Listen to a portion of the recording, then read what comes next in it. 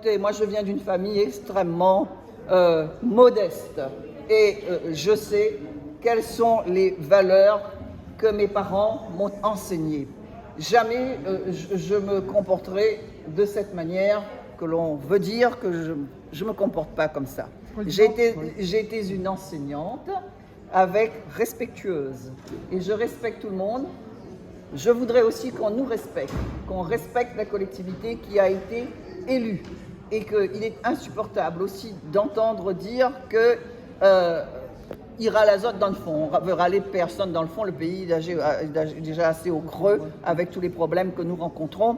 Il ne faut pas exagérer. Et quand on a gagné 100 millions sur ces travaux, ben on ne parle pas comme ça. Lorsque l'on a dépensé 1,6 milliard d'euros, tout dépensé pour construire une route, pour espérer la finir, et que l'on ne l'a pas finie, et que nous sommes là, devant l'État, en partenariat avec l'État, à remettre 846 millions d'euros, dont 426 millions que l'État à 50% met à notre disposition, nous sommes quand même encore un peu endettés. Que répondez-vous aux transporteurs, ou à certains transporteurs qui disent que vous avez fait le choix des multinationales? L'histoire des multinationales, je l'ai dit tout à l'heure, est une longue histoire. Vous voulez que je vous dise les multinationales? On a eu la Compagnie des Indes orientales, on a les compagnies maritimes, on a les compagnies aériennes, on a aujourd'hui toutes ces grandes entreprises commerciales qui sont ici.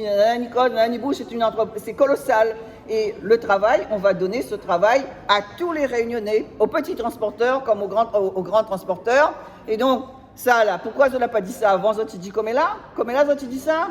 Il était là aussi avant. C'est seulement maintenant qu'ils découvrent le problème et puis qu'ils veulent me faire porter un chapeau qui est trop grand pour moi. Ils portent leur chapeau, hein.